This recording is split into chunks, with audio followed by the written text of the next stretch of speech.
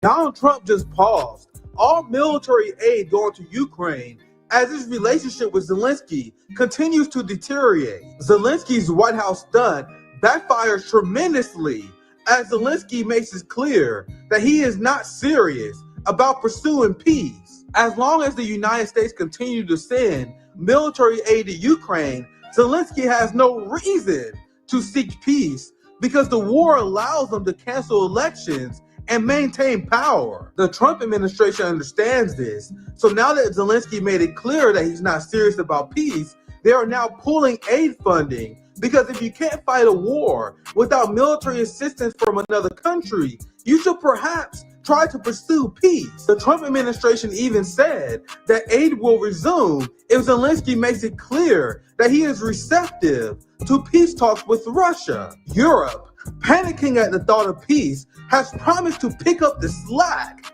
from the United States and boost their military spending and Ukraine aid so they can continue their conflict with Russia.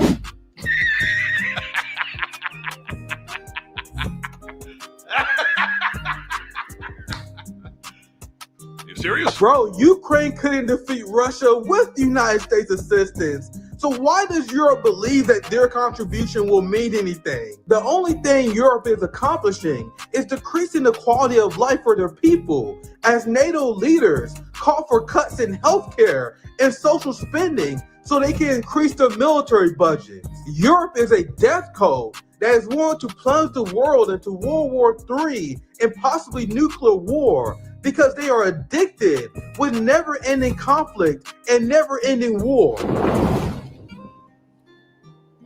What's poppin'? My friends, my family, man, there's so much going on, man. Jesus Christ. I said before, man, I had to admit the Trump administration has been way funnier than I thought it was going to be. So I'm glad I'm able to show you guys this hotspot. I have been paying attention. I didn't have a Gorilla Pod on tomorrow. There's so much to break down. I also want to break down how Trump is enabling terrorism in the West Bank. So Trump is not this anti-imperialist, and he's advocating for funding NATO more, and we will be diving into this. MAGA has shown itself to be completely fraudulent. They're now cracking down on free speech. You know what I mean? RFK Jr., the first thing this motherfucker did was take office and crack down on free speech on behalf of Israel. First thing he did. That's exactly what we warn people about. So trust me, there's a lot to critique and a lot to talk about. So we're going to talk about that tomorrow.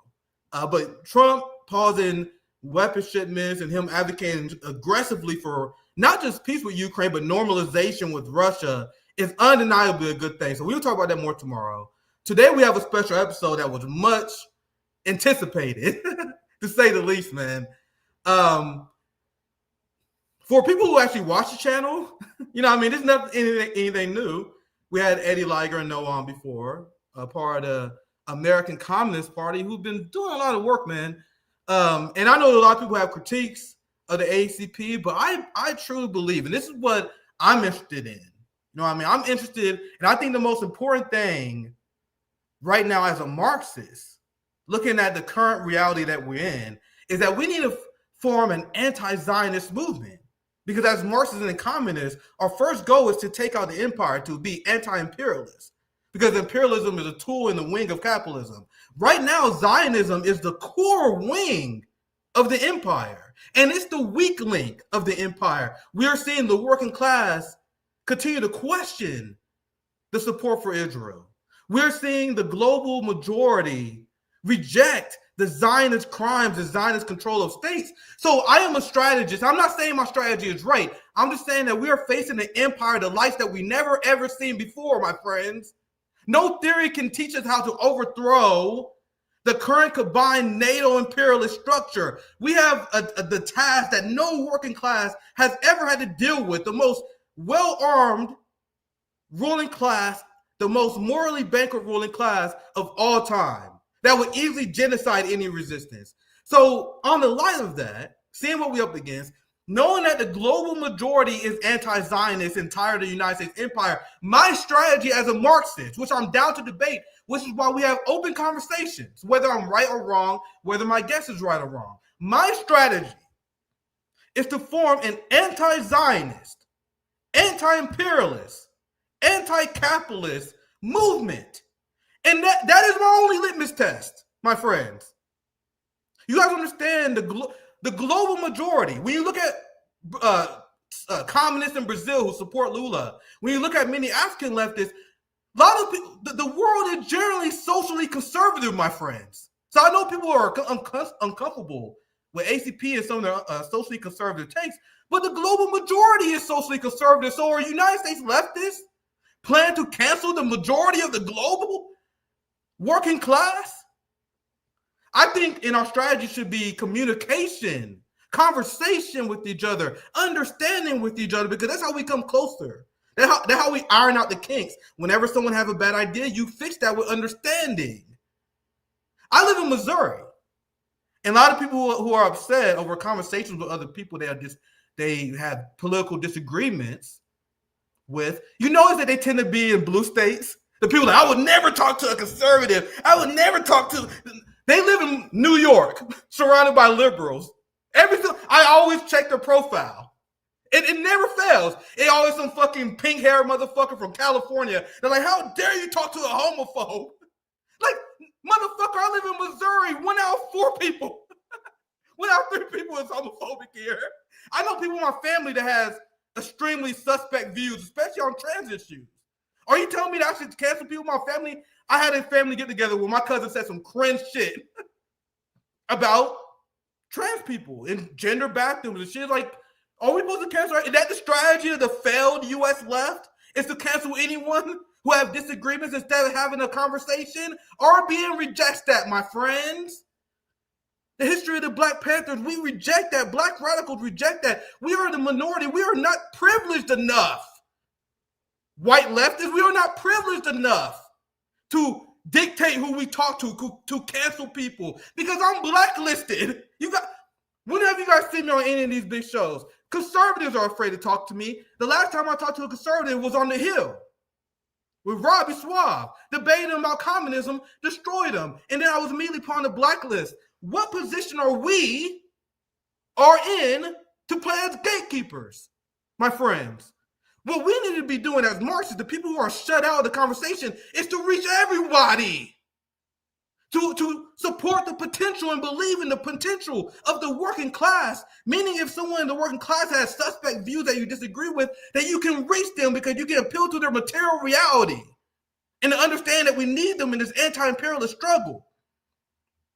These principles is why I reject the cancel culture from ineffectual left Twitter irrelevant users, the people who are upset about this.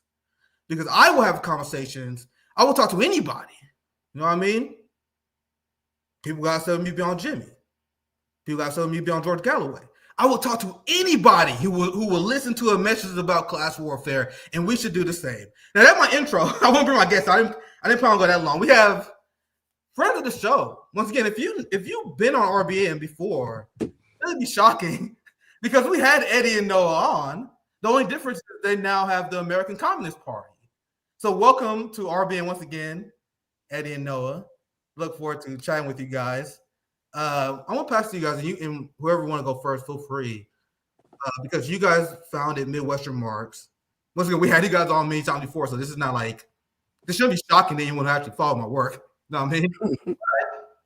For people who are not familiar, for the people who think that ACP is misled, what would you guys define as the goal and why you guys started the American Communist Party to start off with? Yeah, that's your intro there was really great. It's a good question. I mean, the main reason is that we needed a communist party in this country. We're at an objectively revolutionary time where, the vast majority of our country doesn't trust the media, distrusts the government, hates the government, hates the financial institutions and corporations that lord over them. But there's no real vehicle to get organized because you have parties like CPUSA that have made themselves an appendage to the Democrats, at least no strictly Marxist-Leninist vehicle, or there wasn't.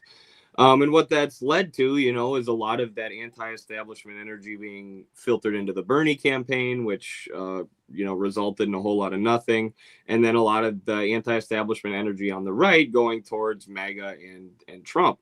So we felt there was a need or a vacuum in this country for a Marxist-Leninist party, and we had felt that for a long time, but it took a while for the conditions to actually be right to start a party, to get the right people together to the point where we could actually run a party, which is, there's a lot of work involved with it. There's, almost daily meetings and organizing and keeping touch with rank and file members in different chapters. So, we understood the gravity of it and didn't do it until we're ready. Now, when it comes to, some of the things people have said about us, like the socially conservative positions, I'm not even a socially conservative person. I mean, maybe compared to like some insane. I was told he was a homophobe. I was told. So that's shocking to hear, man. That's weird. That's weird to hear. Almost like people don't want to have the conversation because they don't want to hear you clarify that. You know what I mean? Right.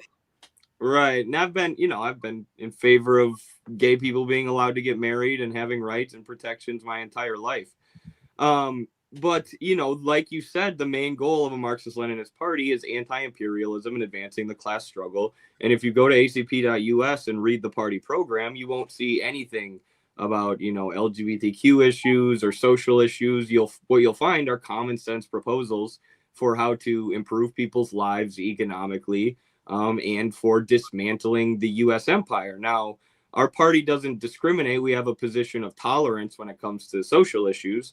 So there are people in our party who have, more conservative social leanings. There are people in our party who have more liberal social leanings. We don't discriminate on that so long as you're willing to fight against imperialism and to advance the class struggle. And that's where a lot of the smears come from. Is either, a lot of them are just straight up lies. Like a lot of tweets have just been straight up fabricated, but people will point to one member of the party who said something on Twitter 3 years ago that they found, that was controversial, and they'll say this is what the party's all about. People are not as relevant as they believe they are. You know what I mean? Mm-hmm. And I feel like it's a liberal bullshit argument where they say, Nick, you shouldn't platform those people. Don't you know they're fascist? Why? Because you say so? Like, I'd rather make the decision myself. You know what I mean? I'd rather invite you on. I'm like, man, this motherfucker's saying some fascist ass shit. I would be calling you. I'm like, man, this man Eddie, he is some crazy ass white. I will call you out on the spot. So my personal position is I'd rather invite you guys on, and if you guys say some such shit, we can repeat it, we can duke it out then. But I don't understand the whole thing like you can't platform this person. That sounds like liberal bullshit. Like 100% to me. When everyone who said that, I mean, like, okay, that guy's a liberal. You're against conversation. I'm against play. You shouldn't platform this person. That's the same mentality that CNN has. That's why they don't platform leftists. They say you shouldn't platform people who demonstrate. You guys have the same ideology as CNN. As they meant, you shouldn't platform this. You shouldn't platform Jimmy. You shouldn't platform this. I'll platform what the fuck I want. You know what I mean? It's just that sounds like liberal bullshit, doesn't it?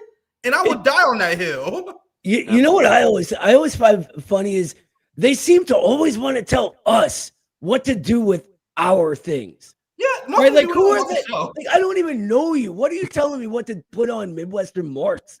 No, we'll put what we want to put on it, right? If you think you have all these great ideas, go build your own thing. And if it's better than us, guess what? We'll be forced to notice, right? Yeah, that's why. And these are the people I want to talk to, the people who are actually on the ground activists. And it's always these people with like anime profile pictures, people who never put their face out there. You know what I mean? It's always these fake accounts. They're always talking shit. Man, RBN, you think you ain't shit, Nick? You think you're a Fred Hampton leftist? You ain't shit. Oh, the ACP, they ain't shit. Y'all niggas ain't shit. They're not even doing anything. They're just on Twitter with anime profile pictures with 200 followers, and they just critiquing people who are actually doing shit. That's why, and I have disdain towards that. You know what I mean? I'm not saying that we're perfect. We're not above criticism. But if you're going to critique other people and you're going to claim that you're a socialist and communist, you need your own organization. What are you doing? Why, instead of picking apart and decrying everyone as imperfect? It sounds like liberal bullshit, but go ahead, Eddie. No, it absolutely is. Yeah, it's, I mean, there's a whole anti-ACP Discord chat now of people who's like they're the only thing that binds them together ideologically is that they hate the ACP and they want to destroy the ACP. And it's like, imagine if you guys put this energy towards organizing your community or organizing your workplace. That's what we want. And right. Guys, you understand that when people are like, why Nick, why do you want to have the ACP on? Because I see that you guys are doing organizing. You know, and I would love to see you guys talk more about that with what you guys are actually doing, because that caught my attention. Obviously, you guys been visiting and meeting with resistance groups all over the world, which I have no idea how you guys are pulling that off. You know what I mean? But it's still interesting to see that. You know what I mean? I'd rather have conversations with people actually doing things, flawed or not. You know what I mean? And we can talk, we can discuss and brainstorm, because that's how we got started. And that's why if you're confused, that's why I'm skeptical of all the smears, because I've been through it. Like the same thing you guys see ACP went through is the same fucking thing we went through. Remember all the Karens hitting up Fred Hampton Jr.? Hey, Fred Hampton Jr., you shouldn't trust those motherfuckers over there. They're right-wing grifters. Hey, don't you know Nick is a grifter? Hey, and these motherfuckers were smearing us too. I see the same people who have like ACP derangement syndrome. They was the same people going after me when we started. So there's like these wave of people who are do-nothings, who spend their time attacking anyone who tries. You know, like anyone, like if you try to start a communist organization, they're gonna pick you apart. If you try, oh look at Nick, he thinks he's a fucking citizen journalist. He thinks he's a shit. Who the fuck that nigga think he is? And they try to take you apart. And then people wonder why people are afraid and intimidated to enter the failed U.S. left Marxist spaces, because we are infiltrated by a ton of motherfucking wreckers who try to make being a leftist as stressful as possible. Meanwhile, in RBN, we advocate for communication. I'm blessed to have people from all around the world. We learn, we talk to people, we disagree, we laugh to each other. And I find myself blessed to that. That's why I find it's weird to me when people oppose the simple idea of people talking to each other. But with that said, because I want to nail you down on key positions, because one of the things that is a key litmus test for me, because I have mentioned that Zionism is the fight of our lifetime. You know, and I feel like we should be forming an anti-Zionist movement. And if you are a Zionist, I'm not interested to talk to you. You know what I mean? I'm literally just not. I'm not ever interested in talking to Zion. I'm just not interested. If you're anti-Zionist, I am. So I'll mention how I'm like, man, I'm down to have the ACP on, because I noticed that you guys do a lot of work combating Israel. Then I had someone to say, hey, don't you know that the ACP is actually secretly Zionist? I was like, what? So maybe I should ask you guys. This is why I'd rather have people on, because what that person tried to do was to convince me that you guys were secret Zionists instead of just asking you guys. So I would love to hear what your position is on imperialism, Zionism, overall, for people who may not know your guys' platform. Yeah, our position is the same as the resistance against Zionism, the actual resistance, not like the liberals who like to use Palestine as like a virtue signal, but the actual resistance against Zionism in the Middle East that is materially resisting Zionism. And their position is that the state of Israel is an illegitimate state, a state that's rooted in the idea of Jewish supremacy in the Arab world, and is rooted in ethno-nationalism, that is just a proxy of the U.S. empire, an arm of Western imperialism in the Arab world, basically an unsinkable air carrier for the U.S. military to push whatever they want. We see this all the time. Israel was involved with the overthrow of Gaddafi in Libya. They were obviously involved with the overthrow of Assad in Syria. The U.S. and Israel's interests overlap in that region often. And Israel couldn't exist without the financial support that they get from the U.S. So from an American perspective, we support cutting off all funding and support for Israel, and even putting sanctions on Israel. And I'm not we at the ACP and me myself are not liberal two-state solutioners either. There can't be a two-state solution. There can't be a two-state. Do you condemn Hamas? No, fuck no. So we supposed to hate each other? Like, I don't understand. We have people. I see white people everywhere. Sorry if I offend you guys, but I see white people everywhere condemning Hamas, and we got a group of white people who don't condemn Hamas, and we're not supposed to talk. Yeah, see how ridiculous this sounds to me? Like I find a gym. I find the few white people who don't condemn Hamas, and we're supposed to be enemies. How does that make sense? And not just that, we have two people that have interviewed Hamas. Yeah, Halali, and getting their view out there without all of the lies the ruling class tries to tell us about them, right? At great risk to their health, you know, because the State Department was all over that. They're angry about it, obviously. I mean, can I go off for 1 minute? Go ahead, Noah. Look, we're coming out of a really, really dark period these last couple years. And it seems like the whole cancel culture, liberals, blah, blah, blah, that used to try to call themselves left wing in our country are very, very angry that are people that are real getting organized now. And I consider you guys like a vital part of this new thing that's happening. And I think it's not a coincidence that these people are trying to turn us against each other. I really don't. I think the whole reason they've changed nothing over the past few decades is because that's what they exist to do, fight against each other and get nothing done. And that we won't do that, that we refuse to fall into that and instead get to the, sometimes tedious business of organizing drives them insane. So also curious, because we have done many panels on reparations. I would love to hear the ACP's position on reparations as well. Eddie, Noah, what are you guys' thoughts? Yeah, I don't know if it's something in our program specifically. I know Haas had an interesting conversation about it with Tariq Nasheed, who's a little bit out there, but he's got some interesting ideas. Where Haas was basically saying, like, yeah, reparations could be incorporated within, a broader policy of lifting up working class people in general, which our program would do. And part of the program talks about the formation of a real American civilization. And part of course, we know the history of our civilization is the hyper exploitation and overt oppression of Black people.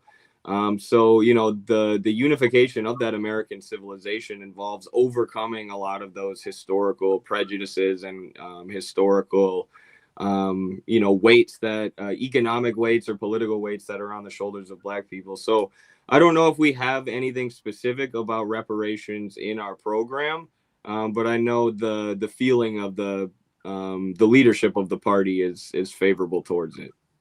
Noah, what's your thoughts? Yeah, for me, it's a really, personally, it's a really easy one. Yes, of course, pro reparations. I think it's interesting that so many white people on the left have a different view. Even Alex Jones gets this one right. Really? Alex Jones himself was going look, you can get all white people on board for reparations. Just tell them it's going to come from these giant corporations that profited off of literal slavery. And you got everybody on board because everybody hates those corporations anyway. You're then uniting people rather than dividing them. And that's Alex Jones. It's wild to me. But for my personal theory that I'm sort of been coming up with over the last few years, I call it the American trajectory, right? The history of how Americans become America, or American rather. And for me, the Black working class is essential in this because it leads the entire country forward at two revolutionary moments so far, at the end of the Civil War and into Reconstruction, forcing the issue of abolition and destroying that institution forever. And then again, in the political revolution that we call the Civil Rights Movement, right? Which again leaves Jim Crow in this old institution in history forever and is like a sort of nodal point at becoming and developing into a people, the American people. And so for me, it's a very simple question of correcting problems that have existed and moving forward pragmatically. Yeah, and as a Marxist, and this is how I discuss it. You guys understand that we are talking about the greatest act of class warfare and redistribution of wealth we have ever seen with reparations. So, do you think that if you're a poor white person, do you think you benefited and you will be paying for reparations? You know who will be paying for the reparations? The people who stolen labor. And as Marxists, aren't we supposed to protect the labor value of the working class? So what happened to Black Americans and enslaved Americans was the greatest heist. And you can say that generally with slavery, but especially with chattel slavery in America, one of the greatest heights of the working class of all time. Literally, all the profit, there's no payment to labor, go directly from the ruling class, the white ruling class who benefit from this, who were able to build generational wealth. And between that redlining civil asset forfeiture, we've seen the capitalist class stole the labor value of the black working class. This is direct class warfare. There is no better way to wage class war than forcing the slave owners and forcing people who benefit from this broken society to pay the black working class back. Because if you're poor and white, you think you benefit from this. Why the hell are you poor and white? So what do you guys think happened if you actually understand progressive economics? What happens when the working class, especially the poor black working class, get income and generational wealth that was stolen from them? They then will invest that into businesses, including white businesses that are owned in the area. Hell, maybe many black businesses gets opened up and they hire white workers and help provide for them. So the poor white working class only benefit from reparation. I'm talking about the greatest form of class warfare of all time.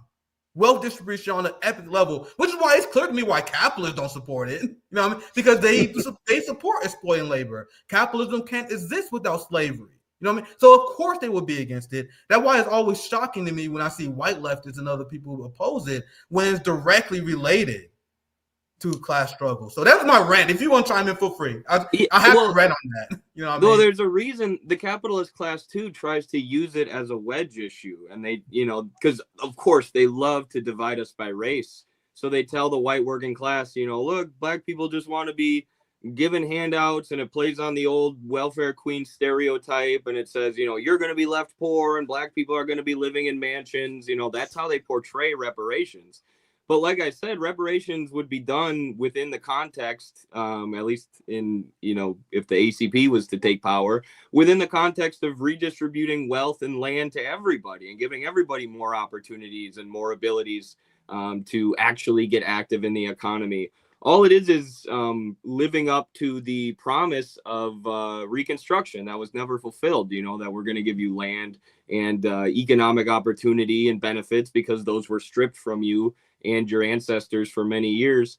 And of course, there's Jim Crow followed slavery, and we had a literal apartheid state for a long time. And even once Jim Crow ended, you have the prison industrial complex and the CIA literally helping the Contras funnel crack cocaine into black neighborhoods. Like, it's a way to, at least in some ways, alleviate, a horrific historical evil and unite us as one American people, no longer divided by these arbitrary categories.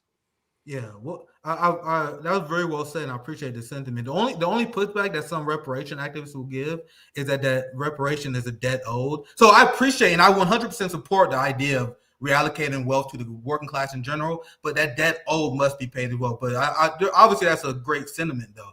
I want to bring Q in. We have a banger today, man. My friend Q hit me up when we invited the American Communist Party. Like, bro, I definitely want to join. So I'm interested in getting Q. This is an RBN Marxist roundtable in a way. So it's great to have Q Anthony Ali on. We were just doing general discussion. I had a rant earlier about the cancel culture, antisocial left that's upset that this conversation is even happening. Like the antisocial weed. Oh, anime, Nick, you sure you're not on the CIA payroll, bro? You sure you're not taking money from the Ford Foundation and USAID? Hey, you're not taking money from the National Endowment for Democracy to have a conversation with people on your own channel? How dare you? Can I say one thing? How funny it is. I want to read this weird fan fiction that they've been writing about the ACP lately. Because one day we're broke and we're about to be destroyed. Then the next day we're funded by the federal government. Then the next day we're funded by Russia. Then the next day we're funded by China. Then we're back to being broke again.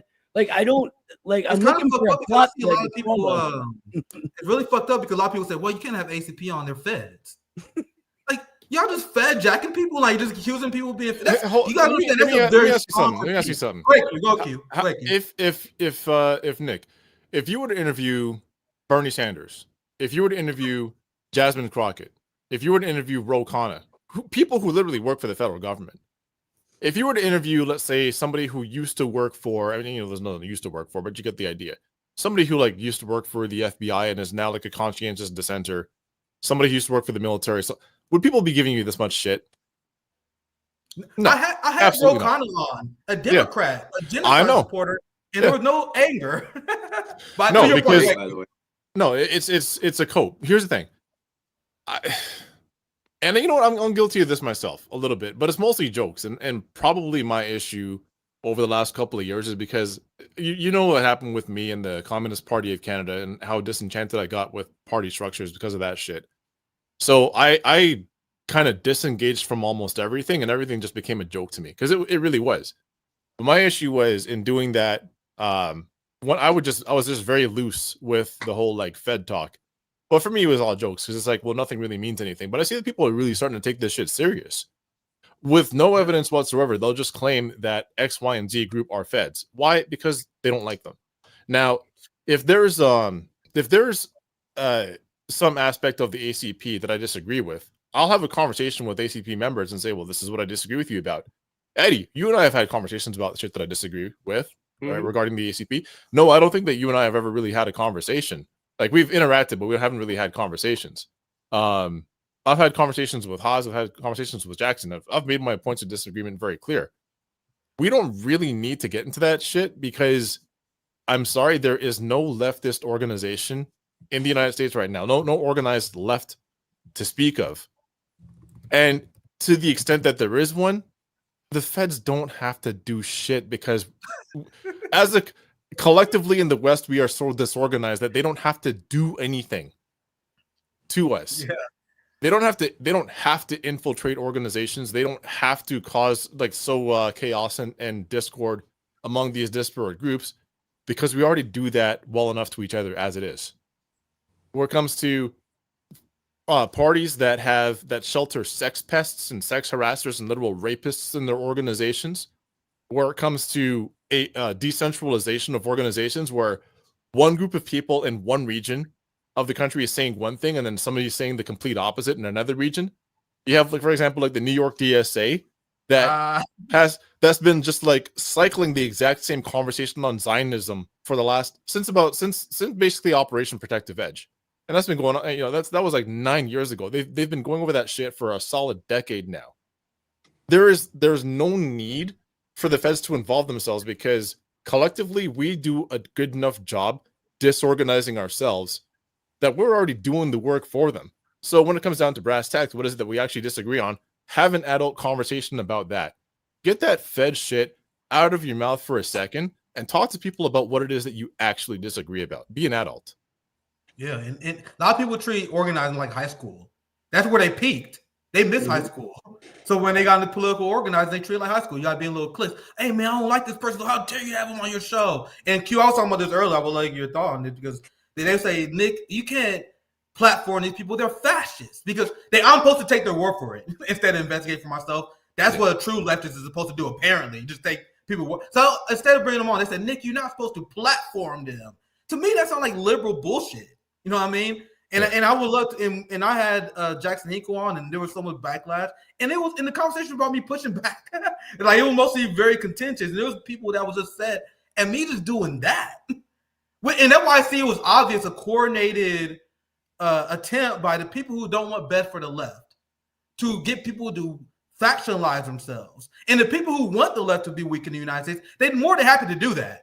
They're more than happy to say, you can't talk to this person, we're going to cancel this person, we're going to put silos and blacklists, like as if RBN is in the position to blacklist people. You shouldn't have ACP. I'm supposed to blacklist them, join the corporate media and blacklist them people. That doesn't even make sense to me. You know what I mean? But Q, I would love to get your thoughts on this, where people say that you shouldn't be platforming people and just the general take, which I believe made the U.S. left weak in the first place. Man, the moment that somebody says the word platforming, you can just stop taking them seriously. Because what does platforming mean? You had a conversation with somebody in a public place. There is no platforming anybody, dude. I mean, you're a YouTuber, right? And that's not any knock. Like, there are dozens. No, it's just a hobby. I get it. Like, I don't know. But you have conversations with people about politics. When people start treating YouTube channels or even TV channels and so forth as quote unquote platforms, what they've actually lost is that there's this necessity for communication on points of agreement and points of disagreement. There's no right to speak without an investigation. And how can you properly investigate without speaking to the people that you're talking about? There's no way that I can have a conversation about the ACP, what I think they're doing right, what I think they're doing wrong, where I agree with them, where I disagree with them. I can't do that unless I'm actually talking to people from the ACP. Right? Exactly. I've had lengthy conversations with Oz. Like, you know, he and I talk usually like every 3 or 4 weeks or so, and occasionally we have like fairly lengthy conversations, and we talk things out like adults. And listen, that's my brother in Islam, right? So I'm never gonna speak out against the dude or treat him the way that other people have been treating him, partially because he's been one of the most helpful people to me in terms of my reversion to Islam. And those are the things that we agree on, and those are the things that we can actually build from. Our points of agreement are generally in the area of historical materialism, not always so much politics, but we have at least some basic agreements on philosophy. We can always build from there. There's things I've learned from him. There's things that he's learned from me. The issue that I find with a lot of people on the left right now is that they don't actually they learn facts partially from tweet threads, partially from learning books in their book clubs, which is a very good thing. But I don't think that they actually digest and internalize information, especially in the broader context of, for example, if you learn about the Korean War, if you learn about the Chinese century of humiliation, if you learn about the Bolshevik revolution, so it's good to be able to get all the mile markers and all the facts, but unless you learn the global context in which those events took place, and that people are not gods, revolutionary leaders are not messiahs. Everybody is fallible. Everybody's flawed. Everybody makes mistakes. You can have as many criticisms for Chairman Mao as you have praises of Chairman Mao. But the thing is, people get so affixed into a certain way of thinking and believing that if anything deviates from the particular way that I was taught, it is therefore revisionism. It's therefore wrong. It's therefore reactionary. Yeah. Where it's like how are we supposed to ever move forward if nothing can ever be disagreed with on your end? If I can never have any points of disagreement with you, how can we ever agree on anything? How can we ever move forward on anything? What if you're wrong? That's a great point, because some people got upset with me because they will say the ACP has a wrong interpretation of communism. And my response to that, I usually didn't reply, but my response to that is like, who gives a fuck? Is that cancelable offense? Like, is it a cancelable offense if you restate in revolution and you come with a different conclusion I do? That's what a lot of people believe. They believe that, they don't have true communism. That is not a cancelable offense. Like Haas. Then hash out your points of difference. Yeah, you mentioned Haas. I want to get Eddie. I know you want to chime in. Haas was another person. I had him on before, and that was like one of the biggest backlashes I got. And we had him on. We talked about communism, anti-imperialism. And I'm like, you seem normal to me. Like, Haas is like this madman. He's like a maniac.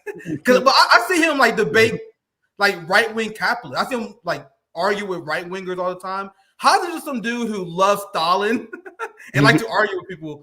I never understood like the hatred. He seemed like a crazy, obviously like a crazy motherfucker. that he's like a crazy motherfucker who loves to debate capitalists. And I had him on, and we just had a normal conversation. And people pretending I was fucking Hitler for having this guy on. It was unbelievable. Now, with that said, actually, before I ask my question, because we're having a great conversation, but I do want to ask you guys something that concerns me, like a tougher question. But what, Eddie, I saw you put your hand up. Before I do that, anything you want to add on before we continue? Oh, no, I was just pointing to Mao up there when he was talking about. Oh, okay. But I agree 100%. Like, people don't understand necessarily like the historical context of the Russian Revolution, I've noticed, and they think it was just all the workers embraced Marxism and communism, and then they decided to create this utopia. Like that. Right? Yeah. It's like, no, the revolution happened objectively. It was just that the communists were ready to hop on board and spearhead it and give it systematicity and coherence, and there were all sorts of disagreements, all sorts of people with questionable morals who were involved in the revolution, and people just have a very utopian, idealistic idea of what a revolution is. Can I just add? I think a lot of the time when people get into this stuff, they do it because we're in this era where we're all really like hyper alienated and cut off. And social media is this thing that sort of keeps you connected to people while being disconnected at the same time. And there's some, I mean, that's an interesting conversation of its own. But what it does is turns all of these things into less of a just grounded, concrete view of them, and allows you to leave it in the abstract and participate in some sort of subculture rather than real political activity, right? So you need to say these things in order to participate in the subculture. And if you begin viewing, say, the October Revolution in a concrete way, where you're thinking about, these illiterate peasants in the early 20th century, clearly not being perfect human individuals according to liberal standards of the USA in the 21st century, then when you don't have that, rather, it makes the whole thing just a sort of cartoon. It's never a realistic view. And so all of the, criticisms become this less realistic thing. And when you're interested in this, and sorry for the ramble, just for a sort of subculture, genuine education is never taken seriously. Even when you're reading in order to confirm a preconception rather than actually, unlearn the old at the same time you're learning the new. And you end up with a very mechanistic and dogmatic understanding of Lenin or Stalin or Marx or whoever you're reading. So you can't understand, for instance, when what we say communism is, when we say it's not this slogan you heard, it's not this classless, stateless, moneyless society. That's what the context you're putting that in makes it too utopian. We need to understand the theory of the withering of the state concretely. We need to understand the actual real world conditions that can give rise to that. Very well said. Very well said. There's one thing I want to mention, because we've been having a fun conversation and very cathartic as well, because a lot of the people on the U.S. left has been frustrating. But and this also goes to the point that people who thought I always was friendly at ACP. I had a big argument with a lot of people in the ACP. Called out Jackson before, and we had this big. It was very fun. You guys know I love the funk. I love debating and arguing. We had a big shout out match on Twitter. And when people come with me with critiques of the ACP, 95% of the time, I'm telling you, 95% of the time, it's some shit like, hey man, you see what Jackson said? Now, personally, I don't get I think Jackson has his role. I'm not personally, I don't think about this shit. Not my focus. But your organization get criticized because some shit that Jackson says. They're engaging in the culture war, for example. Now, I personally am very skeptical, and I've had pushback on this. I'm very open to thoughts on this, but I'm very skeptical of movements with centralized leaders, because what happens when the leaders go off the rails? Is there a backup? Is there a way we can maintain integrity within the organization? And what I see the common criticism of ACP, which I want to ask you guys about, is putting Jackson, and then once again, I have nothing against the guy, but putting a guy who says a lot of controversial stuff that can piss a lot of the working class off, which alienates people who will otherwise be down with their platform. You know what I mean? So I want to question you guys about that, about the criticism about Jackson and the central and having him as the figurehead, because that's most of the time people are like, oh, don't you know that's the Jackson Hinkle party essentially? So what are your guys' response to that? Yeah, I mean, the ACP was formed undeniably. It would have been impossible without the media personalities that we had and the collectives of Infrared and Midwestern Marx, and then Jackson. I mean, the internet is one of the ways that we were able to reach people and bring together all the people who are, in the party doing work now. So what we decided to do with that, because, it was a question that we had to determine, how much is the party going to exert authority over these media personalities? And we said, as long as you stick within the party line, each media personality or organization will maintain its own autonomy. So, Jackson and I, this was before the party started, but we had a little spat on Twitter once because he made a comment about Cuba. that he later, retracted. But the reason I called him out on that was because I felt like it was against the party line. Like he was maybe, lending credence, not on purpose, just because he, didn't know enough about the situation, but through some of his rhetoric was maybe lending credence to some of the imperialist narratives about Cuba. So that kind of stuff, wouldn't be allowed within the party, going against the party line.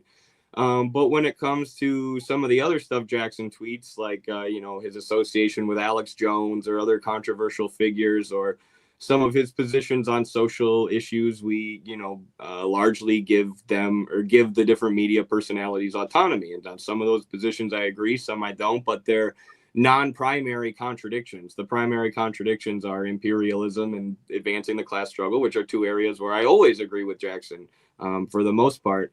And him appearing as the face of the party isn't because of our internal structure or anything that we've done. It's because of his success in reaching people.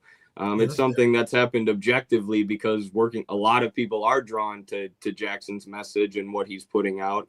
And what we're realizing as we're now organizing blue collar working class drayage truckers on the East Coast is, a lot of them don't even understand the hate towards Jackson or what it's about, and they don't really give a shit. It's become an obsession of a lot of people on the left, but for people who are working every day, I guess maybe they don't have time to get angry about something like that. But I will say too, like, Jackson is my comrade. Jackson is my homie. I've met him. He's a good person. I would vouch for him. He's not a grifter. He's not a Fed. The things that people say, I know he's controversial on Twitter, but he is such an even-keeled, level-headed person in real life. A lot of people would actually be surprised. And, I want to say I unequivocally stand against a lot of the Fed jacketing that's happened to him and, the smears of him being a white nationalist. It's not true. He is dedicated. He's young and he's still learning, like we all are. But I love that guy. No, and Q, I want to get your thoughts before I add anything. I want to get you guys on this. Boy, Yeah, sorry, I go ahead. Oh, okay. Sorry, Q. Let me know if I step on you and just talk over me. I'm used to it. No, you go ahead, bro. So I found it interesting that a lot of people want to, confuse Jackson's social media presence with the party. Right? They're two very different things. Yeah, and that's why I asked the question. That's why Eddie, and I'm sorry to interrupt, Noah, but that's why Eddie mentioned that he's not like the leader. People come to me like, hey, man, do you know this is the leader? Like, people say this is the leader to the point where I'm like, is he the fucking leader? You see how you can repeat it? I thought, like, that's the common perception, but please continue, Noah. Right. Well, our executive chairman's Haas, and we voted him into that position for a reason. And Jackson's part of our international department. But a lot of people seem to tell me, like, hey, he's alienating this and he's alienating that. And it's always that he seems to be alienating mostly the people that already hate us, right? Like the anti-communist left. And, maybe he is alienating some people, but I can't think of anyone in the world right now more effective than Jackson at getting regular working class people to change their opinion about the word communism. I mean, he goes on Alex Jones and convinces Alex Jones to bring him up again that actually it was Trotsky doing all the messed up stuff in the Soviet Union and not Stalin.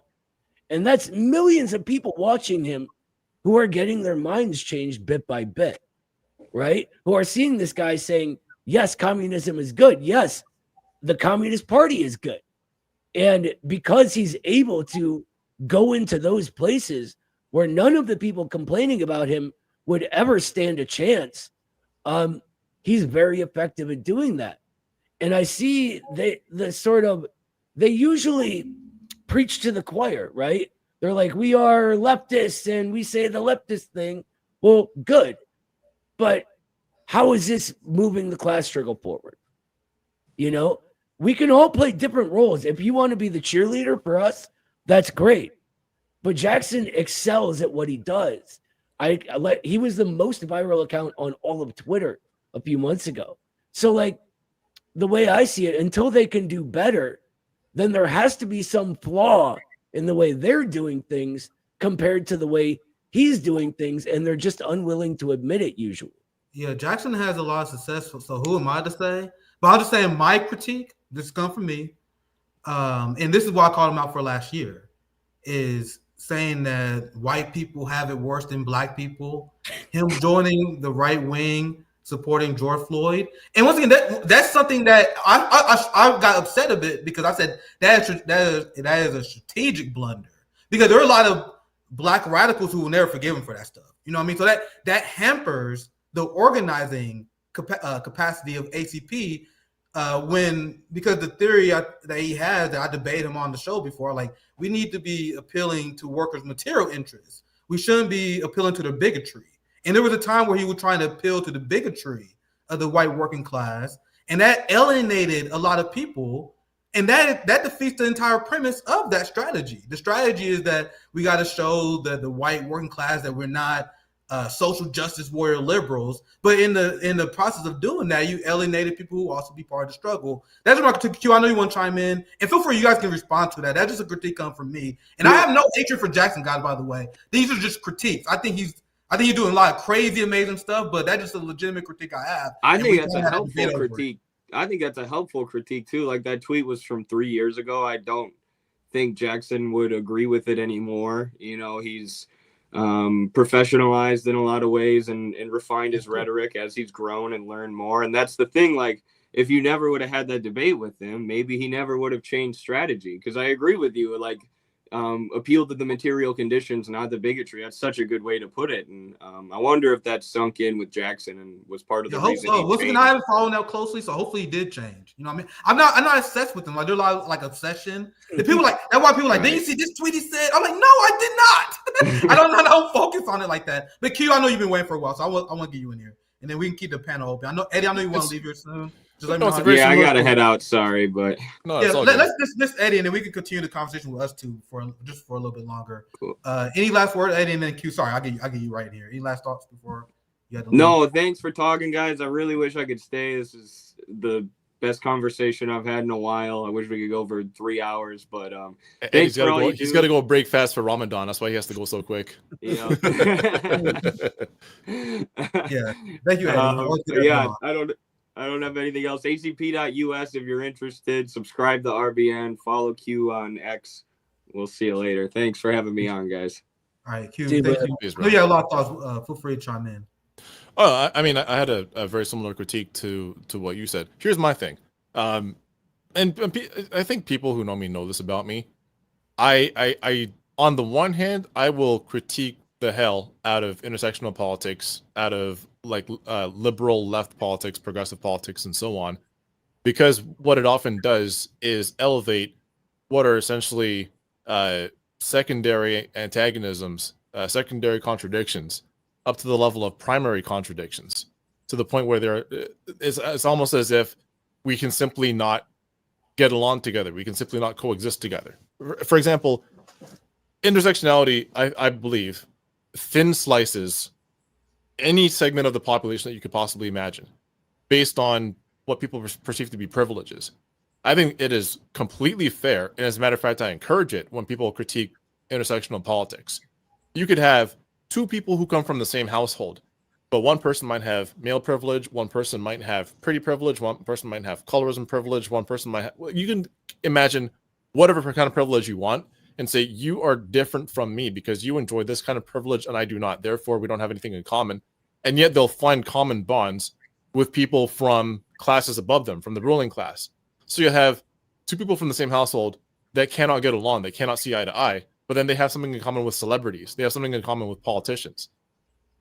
I think you can also make that critique of the LGBTQ community in the sense that homo-nationalism has been weaponized as a project. And if you can go back and look at like ACT UP, for example, back in the early 2000s, the way that ACT UP and the way that several feminist organizations weaponized identity politics against Iraqi people to argue for the invasion of Iraq, argue for the invasion and the bombing of Afghanistan. They were going into these countries to rescue LGBTQ people. They're going to these countries to rescue women from the hijab or from the niqab or from the burqa. And you saw what the end result of that was. anywhere between 1 to 2 million, depending on whether you believe the Iraqi government or you believe UNICEF. Millions of people dead in Iraq between the Gulf War and the invasion of Iraq in 2003 by the Bush administration. And where were all the people that were rescued? Well, after the invasion happened, everyone stopped giving a shit about them. So I think that there is obviously a critique to be made there. The problem that I have is that I think oftentimes you guys get way too carried away with this culture war shit, and you enjoy kind of beating, like you enjoy hippie punching a little bit too much. You enjoy the homo punching a little bit too much. That is like, and I get that several elements of these left liberal and progressive organizations and the people that follow along with them and put hammer and sickle emojis in their profile, they call themselves communists, but they have the politics of essentially left liberals. The ruling class, yeah. Yeah. And you guys get so carried away with clowning on them or trying to make fun of them or trying to antagonize them that you don't realize you're actually just bullying people that from the broader LGBTQ community that I think in many ways, if you take the culture shit out of it, would otherwise agree with you. For example, what's happening with Russia and Ukraine right now? A lot of people early on, like back in 2022, I was one of the few people that got a lot of shit for saying that Russia had every right to roll the tanks over the border. I got so much shit for that. We had you on too. That's exactly where Haas was at. Once Jackson got in on talking about communism, that's where he was on that. And that's where many ACP members today, you guys were in the exact same place. And I think there was really just no disagreement among any of us because we understand what NATO is as an organization. And so, and now you have many people from those communities that are saying the exact same stuff that we were saying back in 2022. A lot of those ideological and intellectual gaps have been closed because people see the ruling class and they see imperialism for what it is. But the issue that's stopping a lot of people from just being able to sit down and have a pleasant conversation with you is this, I think, unnecessary antagonism. Yeah. And Haas even said before the ACP ever formed that he thinks they went too far. They overcorrected for really being attacked is what happened, right? Usually in cases like this, the ACP is just attacked out of nowhere and then defends itself, right? And this was what Haas and the Emperor were doing before I ever met them. I think though, there's one thing that sort of this line of thinking always points me to. It's the need to draw a sharp line between the last period of history and this one, between the sort of ineffectual NGO left, or maybe call it the remnant of a labor aristocracy, or call it, the professional activists, the PMC, whatever, right? All the old sort of controlled opposition type of thing, saying they're communists, but you basically embodying bourgeois ideology.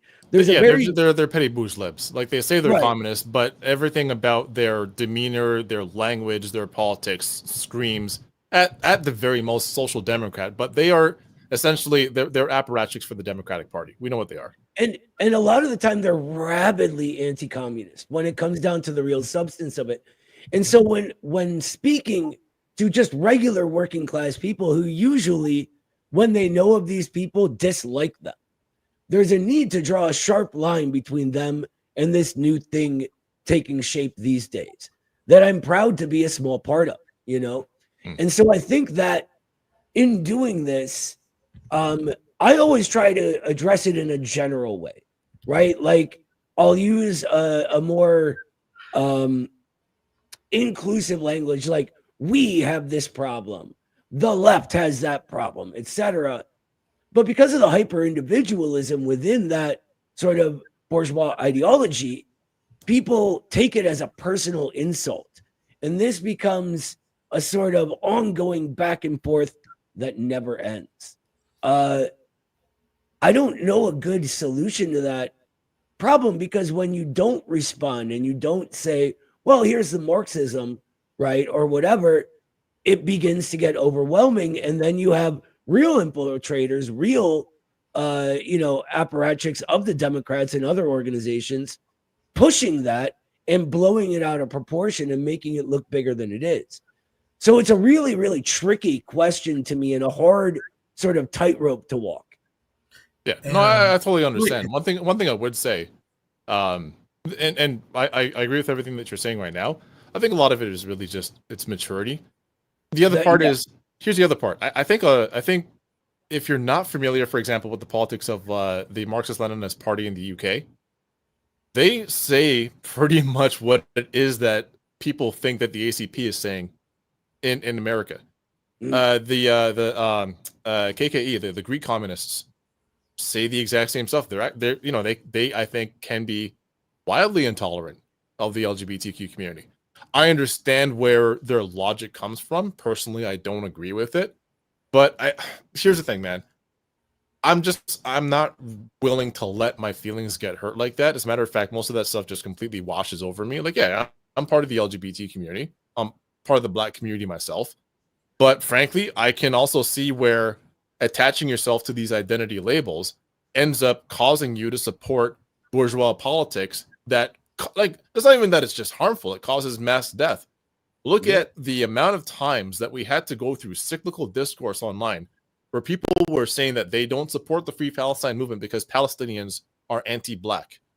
And then anybody Black who speaks up for Palestinians is a terrorist, a Hamas supporter. Well, I mean, I'm personally a Hamas supporter, but that's besides the point. But you know that they're anti-Black. They support the killing of Israelis and so on and so all this other bullshit. But they get to hide behind their identity labels, and really what they're doing is they're dressing up genocidal politics inside of their identity politics. Same shit where it comes to homo nationalism. They'll do the exact same thing, and Israelis weaponize this. You know, you saw Zionists all throughout the end of 2023 and well into 2024, and they were successful at this, basically saying to any gay person, anybody that had a rainbow in their profile that supported the Free Palestine movement, oh, but you know they'd throw you off a roof, right? Like, just fantasizing about the graphic means by which Palestinians would butcher them if they had the opportunity. So it's on the one hand, I completely understand the critique, but on the other hand, people get so wrapped up into that identity conversation that they end up supporting genocidal politics. They end up supporting imperialist politics, whether it's against China, against Palestine, Iran, Yemen, wherever. They do that shit, and nobody has to counter answer for it. Yeah, very well said. I hope you guys understand why these conversations are important. Even if you don't have YouTube, have it among your colleagues, people you disagree with, Twitter Spaces. You don't have to have a giant YouTube channel, but we have to open dialogue and conversation, because I really do hope, because I have no ill will toward Jackson, you know what I mean? I really do hope my critique landed. He did. I haven't followed his work for a long time, you know what I mean? So I really do hope that he leaned less on the culture war stuff. Approaching people with your critiques and having these conversations is critical to building a legitimate anti-imperialist, anti-Zionist movement. Doing so by locking each other away and canceling each other is an incoherent strategy.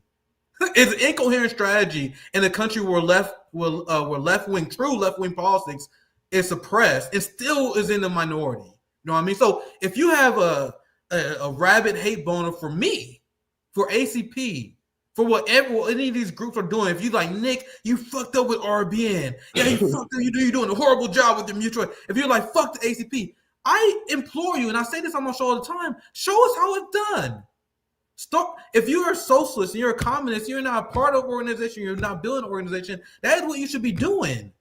At some level, if you're too busy, maybe donate to an organization that like-minded. But get involved.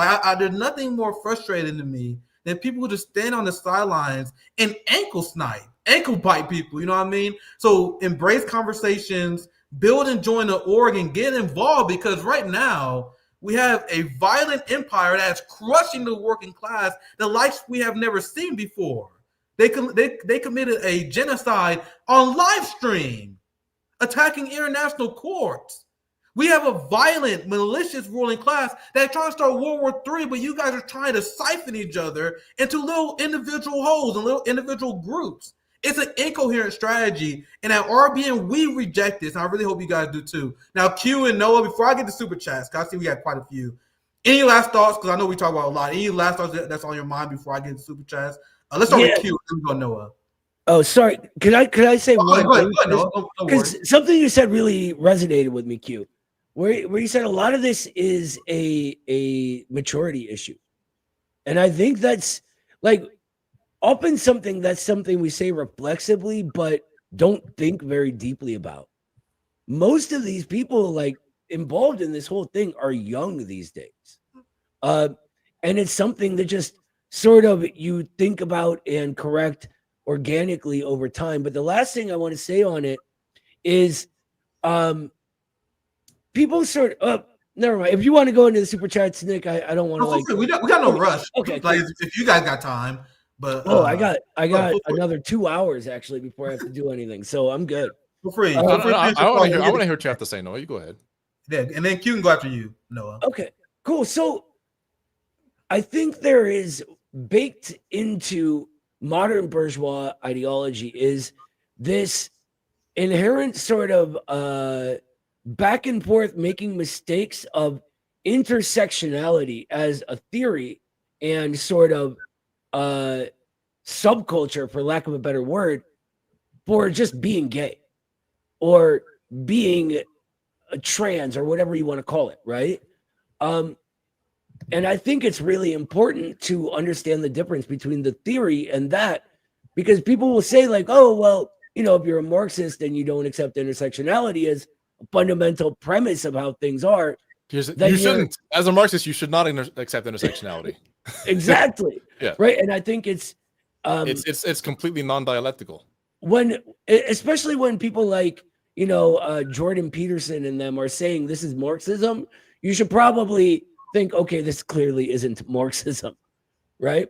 But when you don't know a lot about it, and this is what you're taught in college, how do you know the difference? And you see, a leader of the Communist Party saying we're not intersectionalists, and you go, wait a minute, I'm gay. Do you hate me? Because that's what the intersectional theory teaches you, I don't know. I think that's a line that needs drawn. That's all. Q, go ahead. No, I think to add on your point, you're right. Where do they get these ideas from? From college. But what did Gramsci say about academics? What should communists know about academics? An academic is there to reinforce bourgeois ideas and ideology. It's there to recycle these ideas and feed it to you as just general education. It's just the water that you swim in. You should not be accepting these ideas. Postmodernism and Marxism, they simply do not go together. Marxism is a materialist, structuralist ideology. Intersectionality is postmodern theory. Even critical race theory, and a lot of people are probably going to get pissed off at me for saying this, even critical race theory, it's a postmodern ideology. It's a postmodern theory. Mm-hmm. What postmodernism is interested in is relationships of power, not material power, not what actual structures exist, not what class strata exists and where people fall among them, not what it is that people do, not the power not the power that they're able to amass through their access or ownership of capital, but simply what power emotionally, psychologically can I exercise over you, even if that power is not structurally rooted. And you simply have to get rid of all of these ideas because it's done more to divide the working class than ever united. There's a discourse cycle every fucking week about DoorDash drivers. There's a discourse cycle every other week about celebrities, about Palestinian anti-blackness, about Russians, about the need to support Ukrainian fascists, by the way. I don't believe that Ukrainians are inherently fascist. They're just run by a fascist government. But it's like all of this stuff is basically adding an intellectual patina to the already existing hegemonic structures that you get from news media, that you get from academia, that you get from entertainment media. It's all feeding into the same bullshit. And what these postmodern ideas do is add an intellectual layer to it so that you can try to explain it to other people with very fancy sounding words, but you're just reinforcing the already existing structures. You cannot use these ideas to overthrow capitalism. These ideas support capitalism. Q, this is why it's great to have you on the show, man. You taking 100%. taking us to school as always, man. If you guys have anything else you want to add, feel free. I'm gonna get the super chats. We have quite a few. Just let me know how you guys doing on time. I'm gonna try and finish these super chats. Oh, sorry. No, one last thing I do want to say. Feel free. Once again, sure. It's good that you hopped on here because again, like we haven't really had an that length conversation, so it's good to be able to talk to you. But like the one thing that I would say to you, and if Jackson were here, I would say the exact same thing to him. I've said this to Haas, is that if you guys were to be less antagonistic, like I get that people fuck with you guys all the time. I completely understand that, and I get how frustrating it is. If you were just let some of that stuff roll off your backs and address the issues and the facts, rather than having to defend yourself against people and then just like trade insults with them, a lot of the stuff that you actually say, that you were saying back in 2022, before there was even a party, 2023, 2024, people they're getting there now. I've seen Haas point this out, and I agree with him. Absolutely correct. The fact that Jackson can get middle and working class white Americans living in flyover states to question the inordinate amount of money, just the insane amount of money that America spends on the protection of Israel, that they use to enact the genocide of Palestinians, but also to enforce hegemony over Africa and keep them underdeveloped, that they use to gear up for a war with China, to re-subjugate Asian countries. The fact that Jackson is able to get just regular working class white Americans in flyover states to understand this stuff and start repeating it, I think it's a great accomplishment. And I think there's a lot of people who are on the left that I think believed a lot of this bullshit that they were being told early on about, for example, the October 7th operation, that they were told about the Russian invasion, that they're told about so many different things. I even see the way that people reflexively respond to accusations of the genocide of Uyghur people. And again, I got a lot of shit for this back in 2020, 2021, 2022. Oh yeah, we all did. I remember. And you guys were on the exact same page that yes, there were possibly overstepping of Chinese authorities where it came to squashing terrorism in the Xinjiang region, where it came to re-educating people, giving them also vocational opportunities so that they could be trained into the workforce. Like, yeah, sure, it looks very heavy-handed over here in the West, but hey, who the hell are we to criticize? Because look what we do. We sponsor the terrorism that they have to deal with. You guys were saying that stuff early on, and now I see across the board agreement on that. People are coming to exactly where we were several years ago. I think really this is just the last gap to be closed. Is just the culture shit. I think you have a point. A good point, actually. It's sometimes I think about how much time is just wasted that could be better spent on other things. Doing that, right? Just constantly like, oh, it's someone else lying about this, someone else lying about that, right? Like I said, I want to read the fan fiction they're writing about us one day. But there's sort of, like I said, it's a tightrope walk. Like you can't just have the way social media works, unfortunately, is that you can't just stick to the info like you can on, legacy media, or we could right now in a closed discussion. You got all of these comments and people make 20, 30 accounts sometimes in order to try to push lies. Like we have very dedicated haters. Yeah, I think. Trust me, I think. Dedicated their lives. Like I've seen 3 different doxes of myself somehow, but that's all they do. And that's kind of suspicious to me when they have 24/7 to be spending on trying to ruin people who are just right now trying to organize truckers.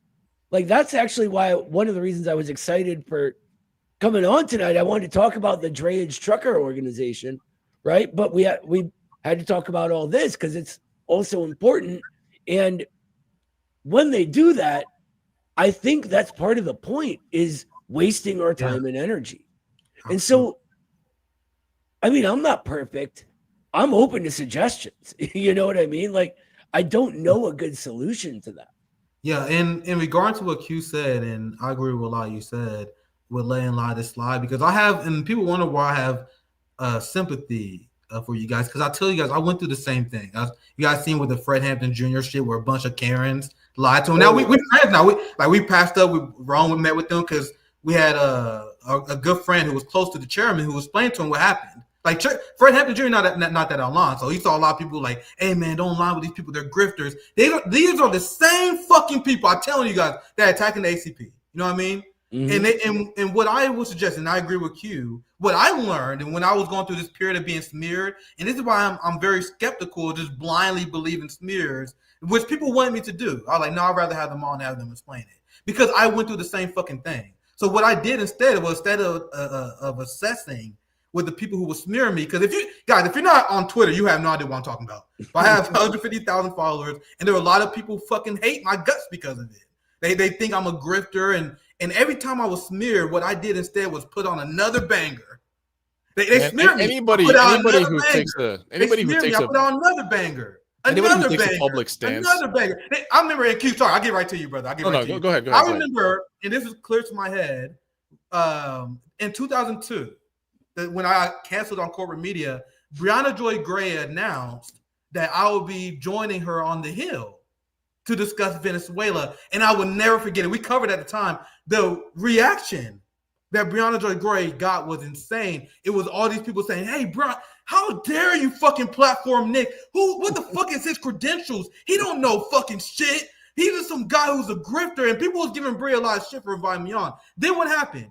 I went on the Hill and I went viral because I destroyed this motherfucker on communism. So this is what I advocate for the ACP to do. Whenever they smear you, just put out a banger, another banger, before it becomes undeniable. But Q, I know you want to chime in. Feel free.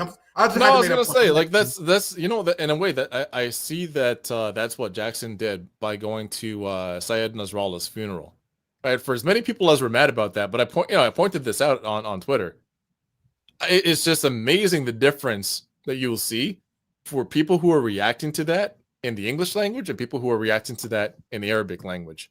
And I think people in Lebanon generally got, or at least people from the area seem to be getting, the whole point is to start opening Americans' eyes to the lies that they've been fed by their government. Perhaps there is an actual alternative point of view that might not only be agreeable, but actually be correct. I agree with that part of what he's doing. And again, there's obviously the criticisms, but man, listen, if any of these organizations could have done that, they would have done it by now. It's the same thing with you, Nick.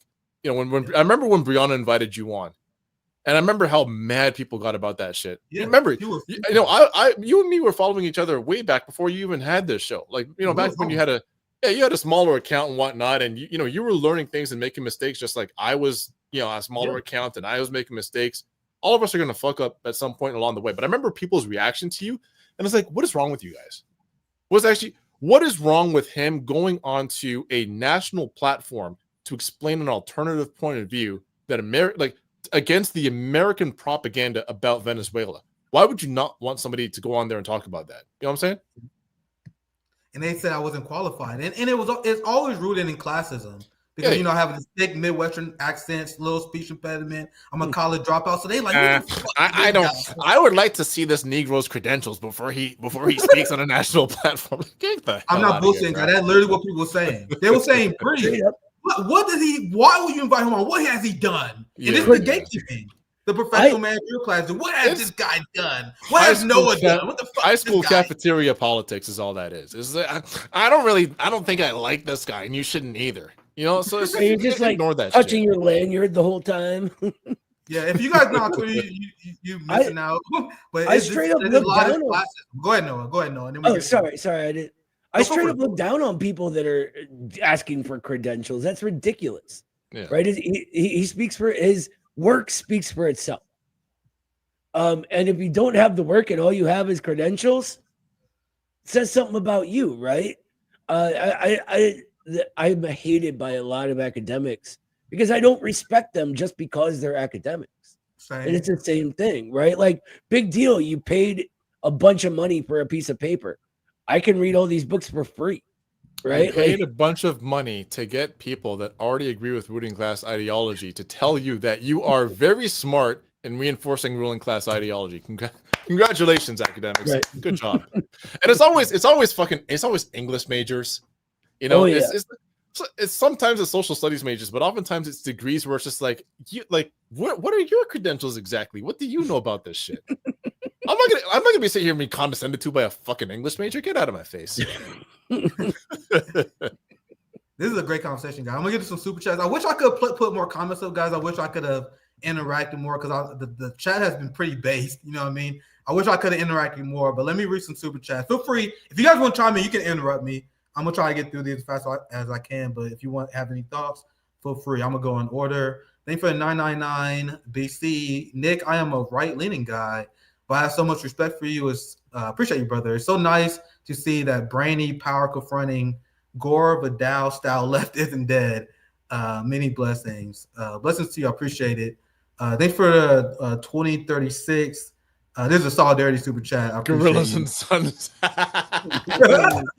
Y'all are hilarious, man. They follow us everywhere. Here's the thing. Here's my problem. This is why I get yelled at so much. Here's the thing. My big problem is I find almost anything forgivable as long as you're funny enough. And I'm sorry, the ACP guys, especially like the infrared base, y'all are so fucking funny that even times where I should be mad at you, I'm like, oh god damn it, they got me. Oh fuck, that was actually really funny. Yeah, we need more humor on the left. You know what I mean? There are a lot of people getting mad at you guys when you guys obviously trolling. The same happened to me. Like, I'll be shit posting and people I'm like making. Yeah, I'm like, I'm shit posted too, guys. Fuck's sakes. I've been told like we were horrible revisionists, and people are like, "Look at this tweet," and it's like Haas saying that homeless people are the new landlords, like clearly joking, and they're like taking it so serious. Yeah, like, I know. The right is correct about you people. You have no sense of humor. Lighten up. Although, no, sorry, there is one thing I really wanted to be able to say to you, and I sorry that I forgot this earlier while we were actually engaged in serious conversation. You guys have got to actually start talking to Black people that are not academics and are not posters. I mean, like, actually get, whether it's recruiting from Black neighborhoods, but you got to get in conversation with the Black working class, because I'm going to tell you, there is not a whole lot of daylight. Again, aside from some very obvious issues, not really a whole lot of daylight between what it is that you believe and what it is that they believe. I think a lot of it is just misunderstanding due to unfamiliarity. And I think if you had more conversations, you would be just fine. I think there's actually like a wellspring of support that is available inside of Black communities, not just for the ACP, but for communism generally. The problem is people are not going and talking to folks in those neighborhoods. They're not talking to people that work in those types of professions. So you have a whole lot of Black people out there that talk about communism as if it's some sort of European thing, as if it's something that's got nothing to do with Black people whatsoever. That are just, that they're basically, I hate to say this, but they pretty much are just on the Democratic plantation, because that is what they've been raised in. That's the ideology that's sort of saturated Black communities, not just in the United States, but that democratic liberal form of politics, it pervades Black communities globally. And that's something that we need to work on stamping out. Yeah, no, I agree. I'm from a Black neighborhood, and pretty much all my friends growing up would be like, communism, that's some white people shit. Yeah. Right. Yeah. So yeah, and what did Kwame Ture say about that? Yeah, exactly. Right. I'm gonna continue. Go ahead, Noah. Yeah. Go ahead. It's like there've been two sort of notions about this that I've seen within the party, and one is I find it weird to specifically go be like, oh, we need to recruit Black people specifically, because it strikes me as too, liberal and paternalistic, and like, where's our tokens, right? And the other one was, well, Black people handle their own organization mostly. We talk with the organizations like we do with RBN, right? And so far, that's been the kind of more predominant strain of thinking. It's not My tokenistic. thinking is just, it just organically happens. No, right? I They're get just you. very young is all it is. I see what you're saying, but I don't think it's tokenistic to say we need to be talking to people in every community. I say Black community because that's the community that I'm from, and that's what I'm most familiar with, right? So, and I see and I hear the way that Black folks talk about politics. The amount of pushback that I have to give, I could just be like anywhere. I could be with family, I could be out in the community, I could be like at the gym, wherever, and then end up in a political conversation that I didn't plan to be a part of, because again, this ideology it just pervades the communities. Mm-hmm. But what I'm saying is, it's not from every community.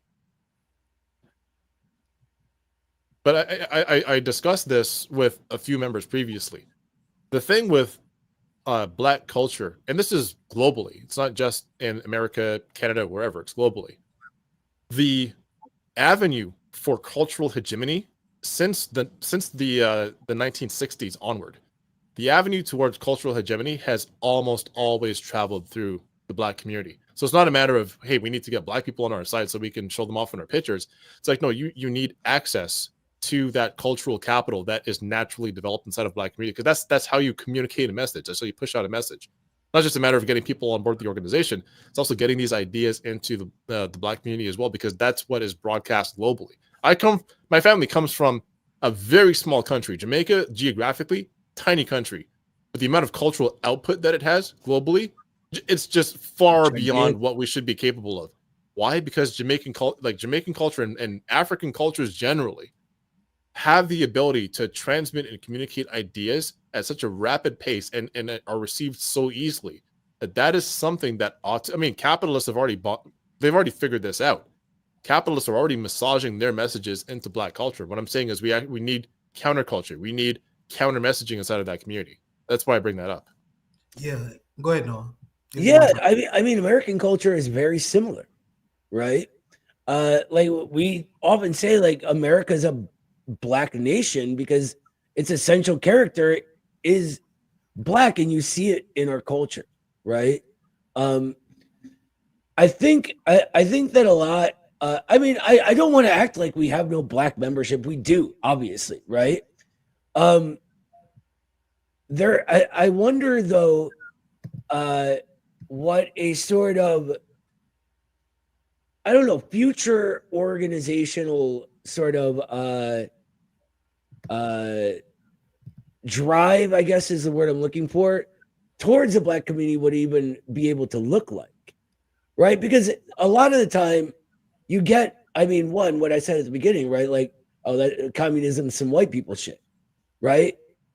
So in areas like, I'm in Ohio, but I'm in Cleveland, which is basically the only part of Ohio with Black people, right?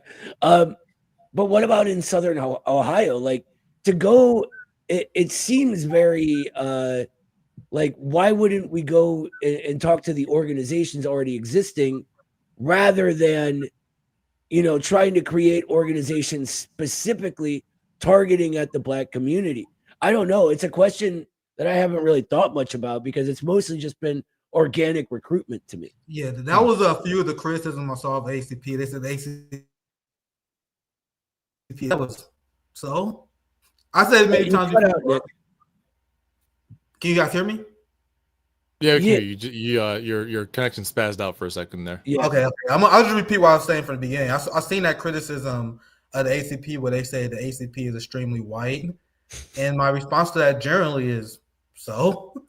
I actually don't. And I'm gonna explain what I mean by that. Because I remember at the time I was on Jimmy's show. This is another time where I caused a lot of controversy because people are like, how dare you talk to Jimmy? My number one criticism I get is I talk to people, which is good. I'm glad that's my biggest criticism. But I remember when I went on Jimmy's show the first time, it was during the controversy when Jimmy had the Boogaloo Boy on. They were like, hey, Nick, don't you know Jimmy talked to the Boogaloo Boy? You shouldn't talk to Jimmy because of that. And my response to the agony of all these people who later canceled me was, I don't give a fuck. Because my position is that it is not my job. It is not Q's job. I mean, I do it because I like to. It's extra credit. But it is not inherently our job to try to convince white people to end racism and join our side. I believe that we should be organizing among each other, organizing among the working class, and not begging these motherfuckers. We need to organize among ourselves and then have people like you who want to join us. That is my organizing philosophy, just based on the energy that we can put out, right? But if you're white, why would I be upset that you talk to racist white people trying to bring you on their side? I have a friend, I told you guys about him before, in Kansas City. He is a white guy who I knew, and he has a lot of racist family members. He explained to me.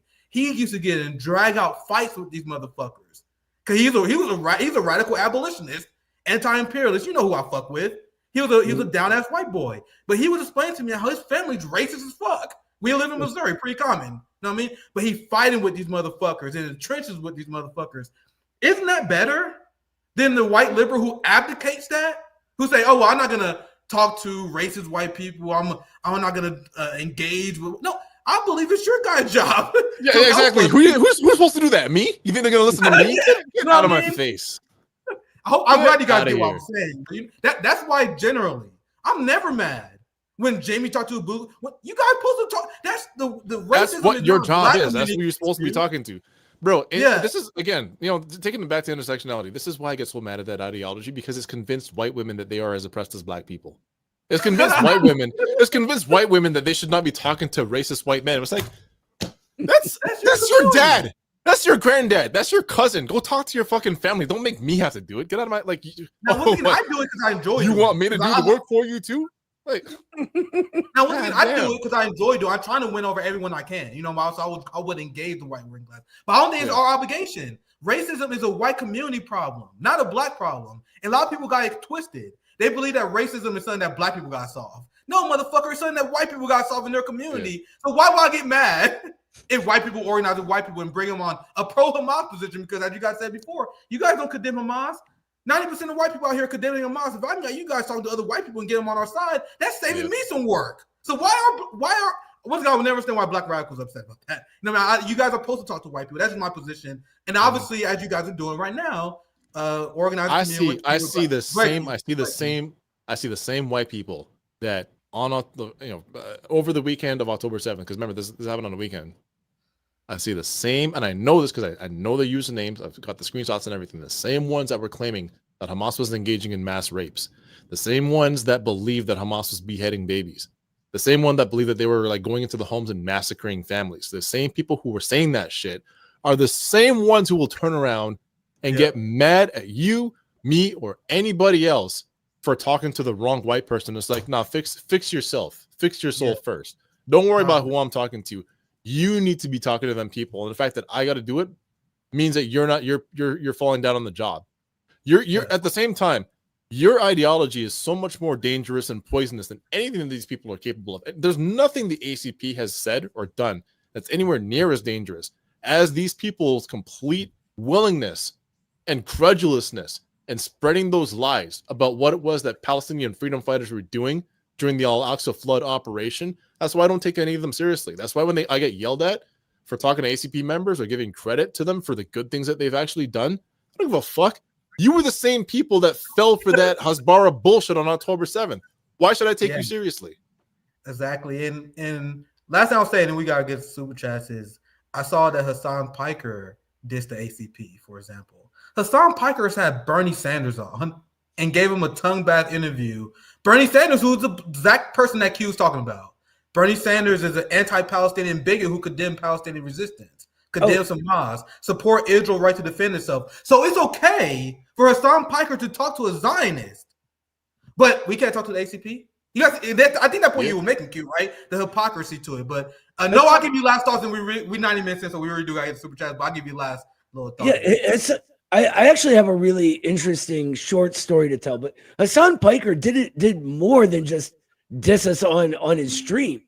He collaborated with CNN to put out a hit piece on us. Oh, Jesus Christ! And you gotta notice Hassan Piker, he attacked our General Strike Summit. And then he later copied our idea. So that's why I'm suspecting him. He's that guy who, you got a giant platform, you attacking activists?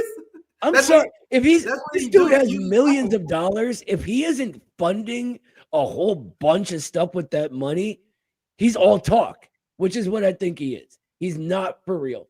But okay, so regarding the insane notion that it's black people's job to flip racist white people not racist, right? My buddy Kyle, who's also on the executive board of the ACP, went down to Nicaragua a while ago, right? He was in the Merchant Marines. There's a super ultra left guy with him, right? And he's asking these Sandinistas they were talking to, like, hey, I'm here, F America too. Like, how can I help? And the guy's like, go back to your country, convince them the truth about us, and convince them to overthrow your own government. We don't want you down here. Go fix your own people, right? And I look at it that way, right? Like, why would it be on black people to fix racist white people when, one, they ain't gonna listen to you anyway, right? Just off the bat, if they're racist. And two, I'm already right there next to them, right? Like, without being having this history behind me. I do it all the time, and it's effective. It works.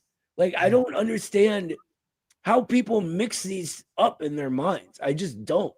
Yeah, let's get some super chats. There's still gonna be thought-provoking comments, I'm sure. Let's read through them. We about 9 minutes in. There was a great stream, very cathartic as well. Let me read some super chats. Feel free to chime in if you guys have any thoughts. Thank you for the 199. I don't know who Daniel Tutt is, but he said that ACP is worse than the DNC. I don't know who he is, but whoever said it has the most broken, smooth fucking brain of all time. So the ACP is worse than Zionists who support genocide.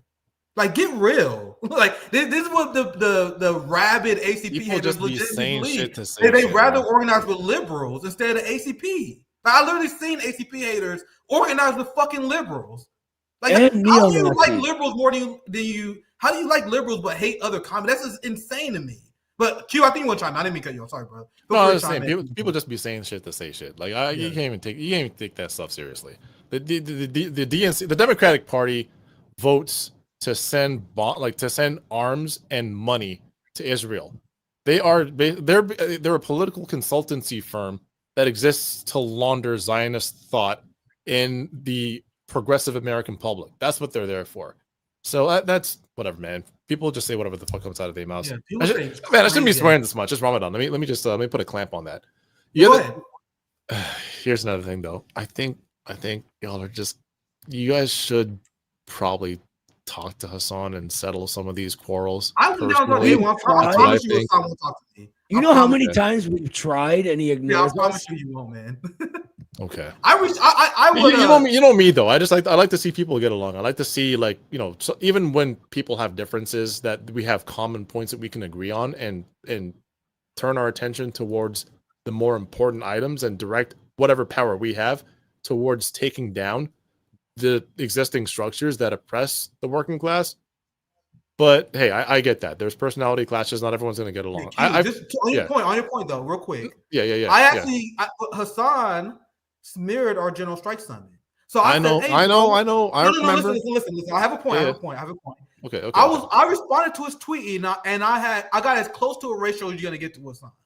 Well, I was like, hey, bro, if you have a problem with the General Strike Summit, I would love for you to have you on so you can debate how we can actually talk to organizers. You want to know what the unserious Hassan Piker community said about me? They said, oh, look at Nick trying to grift off Hassan Piker. Look at Nick who want to have a debate with. He's a debate me, bro. He want to debate Hassan Piker. So that's me saying, hey, man, Hassan, I want to have a conversation with you. And I was accused of being a grifter, even though Hassan attacked me first.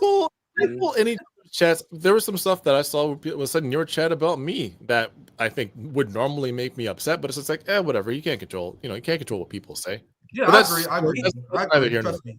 Yeah. Oh, he did but the same thing. But you know how I am about this kind of stuff. I try to find points of agreement with people that have generally the same ideology. I get that there's obviously roadblocks there. And I agree with you. I think it would be great if all of you guys could put aside your differences and focus on what's important. That's what I think. Yeah, trust me, I agree with you. And we tried though, but go ahead. Oh, I couldn't agree more. I would love to do that. We've tried to talk to Hassan multiple times. We were super nice. We reached out every single time. And he ignores us. He obviously knows who we are. He's obviously seen this, but he ignored it. And for me, it's a sort of like, I get suspicious, right? When someone's like that, they can't seem to stop talking about us. Yeah. Yet they refuse to speak to us. So it's sort of like, why are you doing it then? Right? His job is to be the gatekeeper. Well, and as a comment mentioned, he voted for Democrats. His job is to gatekeep. He's not allowed to have people like us on. His job is to define that kind of stuff left. is usually that's kind of stuff is usually chalked up to ego and immaturity. I get it. I completely understand. All right, let's continue. But Q, I do 100% agree with you though. I'm just saying that's the reality. Let's continue. I think I left off here. Thank you for observing that the majority of the working class around the world are socially conservative. Yeah, these are things I've been learning about recently. Like I've been blessed, and I saw some people get mad at me because I will have Che Boyles, I will have Ozzy Krosak on. I talk to people from all over the world, and then they will say some like socially conservative shit, and people in the comments be upset. I'm like, nigga, I didn't know they thought that shit either. Nigga, I just brought on anti-imperialism, but that's something that the U.S. left had to reconcile with. One thing I know for a fact, because I was talking about this with Claudia, and remember Josana, our old school RBN Brazilian sister? We explained before how, and I always bring this up, I'm sorry to sound like a broken record, but a lot of socialists in Brazil are evangelical. Like they have a very large black evangelical population in Brazil who are also based and radical as fuck. This is like Lula's coalition. And the reason why Lula has to take more of a conservative stance on abortion is because of those people. So my question to the U.S. left, who put a lot of emphasis on the liberal culture war issues, would you cancel the people in the global South who disagree with you on these issues? This is something that I had to reconcile with. You know they will. That's the problem. They absolutely will. I see what people say about Africans, and Africans generally, not even like specific ones like Nigerians or even like Yoruba or Hausa or whatever. Like they just say this shit about Africans. They say shit about Caribbeans. The amount of stuff that I hear about Jamaicans and the homophobia in Jamaica and so on and so that the homophobia, the misogyny in Islam, that Muslims, like, what they do to their women, like they don't really care. They'll say this stuff about anybody just to avoid looking in the mirror and seeing what it is that their sick societies do to the rest of the world.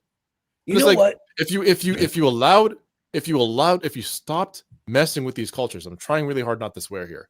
Stop messing with these people so much, militarily, economically, politically, they would probably grow closer to where you think you are. Exactly. As far as your social politics, they would probably get there on their own, but you want to force it on them through imperialism, and that's why they resist it. You know what?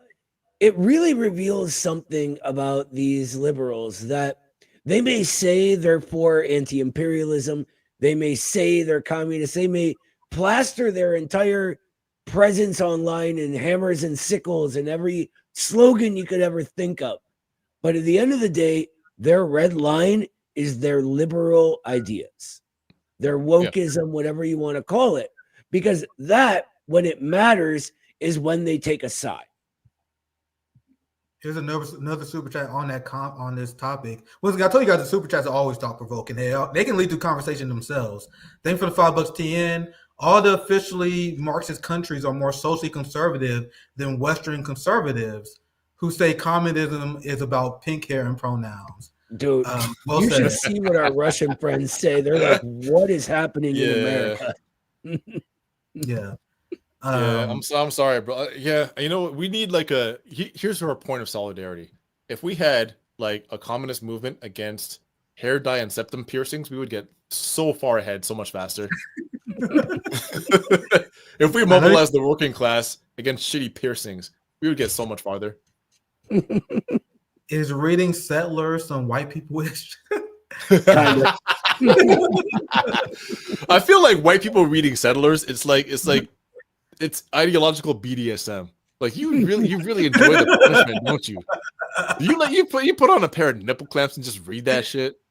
I don't know. Something seems kind of off about me. I feel like if you as a white person, if you read Settlers and you identify with it too much, you've probably been fondled with a little bit, but that's just me. This is what I think.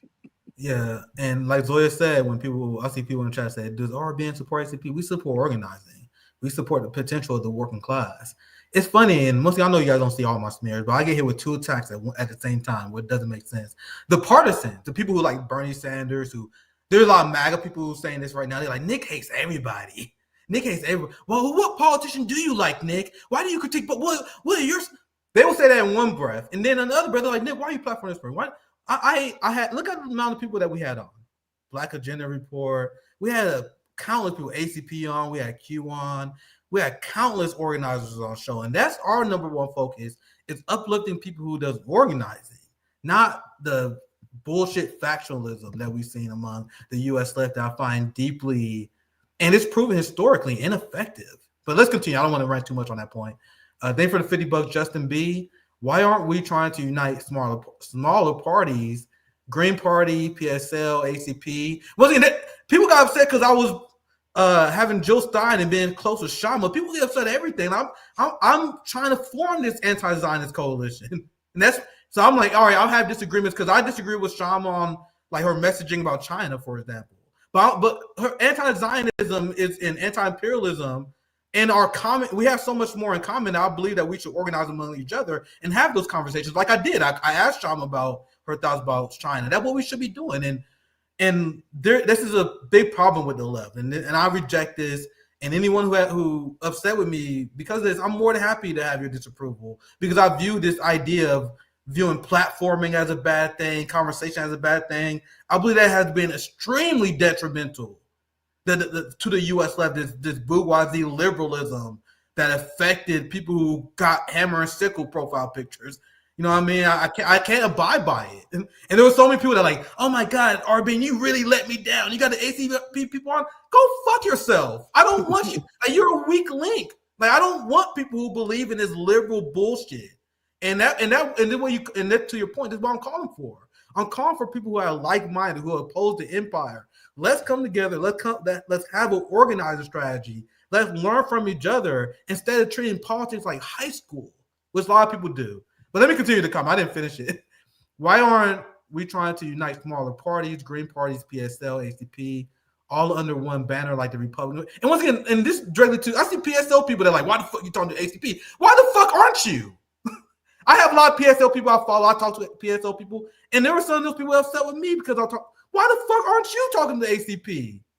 So I see PSL. You know what I mean? We need to get them all under one banner, like the Republican Party did in 1860. When they eradicated the Whig Party, we need solidarity for the left, not another new small party. I agree. And like I said, I believe that everyone should, like, especially if you're a socialist, anti-imperialist, if you can create an organization, support one, become a member of one. And then we come together with the organizations for a unified front. That's my vision, right? We have a few more, a lot of support to that. I appreciate it. This is, once again, as you guys see, this is a conversation that the people obviously wanted to see. And there was a very coordinated effort by a lot of shady motherfuckers to prevent this from happening. Even though we had you guys on before. And by the way, you guys didn't watch the show. They didn't know we had you on before. But go ahead, Noah. Nick, speaking of that, I want to say, because just like you defend us in talking to us, we've done that with you. Yes, right? Like, it's wild how people just hate people coming together, because that's the only way we win. It is. Yep. Yeah, very well said. I need to cut my rant short. We're getting long. Very thought-provoking conversation, to say the least. Big shout out to our friend Wade. Thank you for giving us a chance to build bridges. I've been watching RBN since 2020. It's a relief to get the opportunity to engage in open dialogue with each other. Absolutely well said. Thank you, Wade. Why do people hate Iran's con pollo so much? Who hates arroz con pollo? What is this person talking about? ACP. Oh, I see now. I was like, wait a second. What? Who actually hates? Okay. Are you for real? I'm the only one that picked up on that. I did, man. Whatever. It's been a long stream. I've been fasting all day. All right. I'm starved. I will not be able to get any subtext whatsoever. Yeah. We almost done, guys. I appreciate you guys' time. Let's continue to wrap this up. I think for $5, Brandon, political parties that don't platform other ideologies are called silos. Every party should want to distinguish themselves from alternative ideologies. Common sense, which some people don't have. Thank you for $20, NRJ. This unity is what worries the feds, ACP and RBN. Once again, the same with the Green Party, even though I have criticism with them. The same with Shama Sawant. The same with everyone that RBN organized with. If you want to show up and you want to organize with the just cause of anti-imperialism, the just cause of advocating for the working class, you will always have a spot at RBN. Now, ask yourself, and the names don't have to be said, but think about the people who have us blacklisted. Think about the people who don't give a fuck about reaching out. These are people who clearly don't have our interests in heart. So why shouldn't we organize among the people who are clearly driven by the same goddamn goal? Which is common sense, but let's continue. Ollie's a real one. Yeah, Q is a friend of RBN. Well, I knew Q even before RBN on that shit. You know what I mean? Me and Q shit posting, pissing off the liberals on Twitter. Yeah, we homies. Hey. They for $10, Jesus. That's what I do. Been waiting for this conversation. The future belongs to the working class. ACP, RBN. Well said. Once again, you guys notice, and this on that doesn't escape me. It's always the DSA motherfuckers who are smear merchants against RBN. It's always the ACP that are sharing our project, promoting our project. Then they wonder why we had them on, why we talked to these people. The same people who was upset that I had Jimmy Dore on and vice versa never fucking shared one RBN mutual aid event. Jimmy shared the library. He donated to the library. Jimmy helped us promote mutual aid on his show, but they wanted me to hate Jimmy. The same people who never lifted a damn finger to share a single goddamn thing about RBN mutual aid. And I have critiques of Jimmy, but at least he brought us on to share our mutual aid. You guys, like the people who actually promote activism, people who don't do shit want us to hate each other. That just don't make sense to me. Say, boy, I don't think I like when people use associating with, boy. You know what we do to people like you? Association with people like them. we used to strap you to trees and whip your Negro ass. Associated with the wrong folk, raising rabble and causing trouble. Like, hey, man, get out of here. Who do you think you are? I love that's a powerful accent, man. that's a powerful impression. You can English, right? Nick was like, was he just taken over by the spirit of a Confederate? I used to live in South Florida. That's what it is. Yeah. All right, let's continue. We're almost done. I know this stream is kind of breaking down the end, guys, but this is super chats time. Everyone needs to read Mao Zedong's Combat Liberalism. Very well said. Absolutely. The amount of theory is never ending. I'm still scratching the surface myself, man. That's why I always come on RBN and I'll just share you guys some shit I just read. Like it's a very complicated science. It's a privilege to continue to be on the journey of learning more, so you can provide better for the working class. They were $10, Chris. The ones who complain about who you platform refuse to fund or build organizations. If I or we didn't talk to those different from us, apps like Red Note or Mutual Aid would be dead. Get out of the comfort zone. We're almost done. I'm glad that obviously the RBN community have common sense to understand this. I see these are a few comments I put on the screen before. A big shout out to CBB.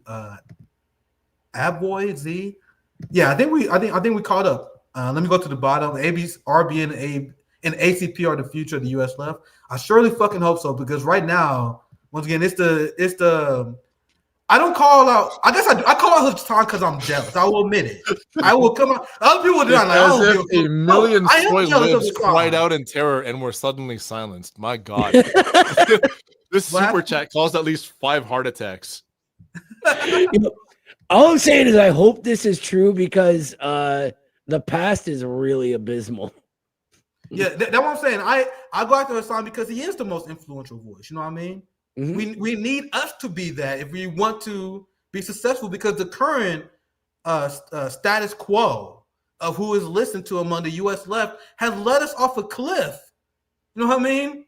So, yeah, I'm jealous in the sense that we could be doing way better than what we have. When you look at the extremely – anyway, I need to cut down on rants, but the extremely liberal bread to voices is what led the United States left off the cliff in the first place, and why I even decided to start YouTube, because I saw these social democrats saying a bunch of liberal bullshit all the time. You know what I mean? So I hope you're right, out of jealousy, because we need an actual intellectual truly motivated working class movement. Anyway, let's move on.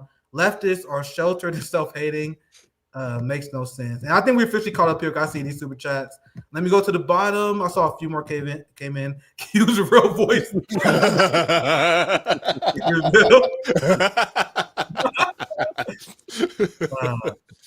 And this is what terrifies people.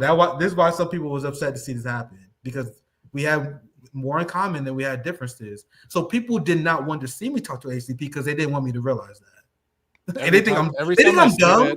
Every time I say that, I get yelled at, I get called names, I get lied on, all kinds of shit. But the problem is, like, once you get past the social media discourse, and this is, by the way, like, I'm not going to be on Twitter for very much longer. Probably like by the end of March, I'll be wrapping up my participation there. But I think this is what it all comes down to. On a platform like Twitter, anybody can just say whatever and then drown out actual important messages.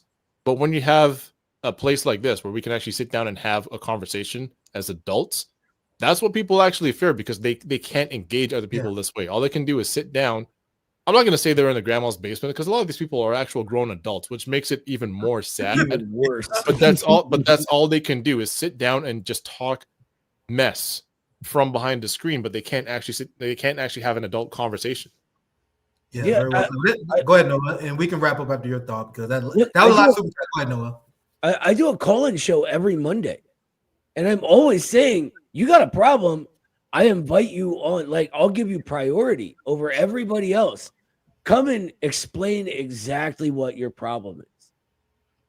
2 people in the entire history of the call-in show have actually done that, and one just started screaming like random insults at me by the end of it. Yeah. I know that as well. Which is why I'm like, I saw people who were super critical of the ACP, and then you guys like, hey, come on, let's have a conversation. Like, I don't debate you. There's no one, like, what kind of bitch ass shit is that? There is no one I have ever criticized on RBN, the history of RBN, that I will not sit down and have a debate with. If you have time to call out someone, you should have time to have a conversation. I've seen people do this all the time, which is why I was willing to have you guys on, because I had critiques of MAGA communism, had critiques of Jackson Nickel. The same way I invited Jackson Nickel on, because he saw I popped up on him one time, and he came on. We talked about disagreement. You know what I mean? That is what adults, and that's what a serious left needs to do, which we did today for 2 hours. Once again, I wish I could have read more like non-super chats as well. It was a very long conversation. I saw you guys left a lot of good comments. I appreciate you guys for doing that. And I appreciate Q. I'm going to hard wrap this show. Make sure you guys follow Q, Nova Ali on Twitter. Make sure you guys check out Midwestern Marks. That way you can find Noah in the ACP. Follow him on Twitter as well. I believe that's your ad on Twitter that you guys both have on there.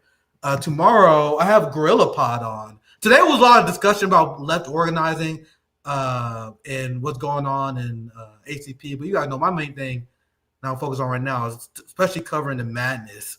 Like, we definitely gonna cover Trump ending free speech, weapon. Like, we're still gonna get back to the stories. It was a very needed roundtable left conversation. But Gorilla Pod joined tomorrow. They've been on the show before. They're very based. We're gonna be discussing all the crazy shit that's going on between Trump, Zelensky, Ukraine, Israel. We're gonna get back to the news tomorrow. You guys know we producing bang after bang. Don't forget to talk about the Drayage Drivers Association. Don't forget to talk about them truckers, bro. Yeah, we definitely gotta have you guys back on and talk about. Yeah. Oh, I'm like firing on all trucker cylinders right now. Yeah, let's end with that thought. Jody Brar is coming back on Monday. Counterpoint China on Tuesday, bro. Then we got Post Duopoly on the 12th. So we got a lot of fucking banger shows coming up over the next like week and a half. Post Duopoly, Gorilla Pod, Jody Brar coming back. We got a lot going on. But Noah, we want to shout out the trucker protest, because let's end on that thought. Yeah, absolutely. So share the whole thing with organizing the truckers right now, the UDDA, which is the United Drayage Drivers Association, which is what we're helping organize. And the director of personnel for the party, Kyle Pettis, is going to be meeting with the Teamsters to coordinate on how to get the drayage drivers into the Teamsters Union. That's where we're at in the process now. We've been helping them organize like right on the ground from Jump Street. Basically what's happening there is they are misclassified as 1099 independent contractors. So the bosses are able to screw them over every single possible way. Like, they're not even allowed to inquire basically how their pay is calculated. It's wild. And the reason this matters, that they're misclassified as independent contractors, is because They're actually not. They're not allowed to go work for any other contractor at the port. They're bound to this one contractor, and they're not allowed to negotiate. So we're getting together with them. We're helping fight and create this organization. Like I said, we're going to be meeting with the Teamsters. A lot of people tell us, like, oh, when you go to, blue collar working class people, they don't want anything to do with communism. They're all anti-communist. But you can look right on our social media. They're posting ACP pamphlets. They're all about it. What really matters is that we're there, we're putting in the work, and we're helping. We're actually fighting alongside them. That's all that really matters at the end of the day. Yeah, especially in this era now, guys, where there are liberals who are very upset with the collapse of the Democratic Party. MAGA working class will be inevitably upset with Trump. Now we need a mobilization of a working class movement more than ever to pick up these people who are going to look for a direction. So if you listen to these shows and you enjoy these shows, and this is what I always say, make sure you get organized, you get involved. We have fun and we laugh on these shows, but it's very important to get involved and start organizing your community. Thank you guys for watching. Make sure you guys follow Q, Noble Q, Ali, and Noah. Very fun conversation. I'll see you guys tomorrow. Banger after banger. See you guys.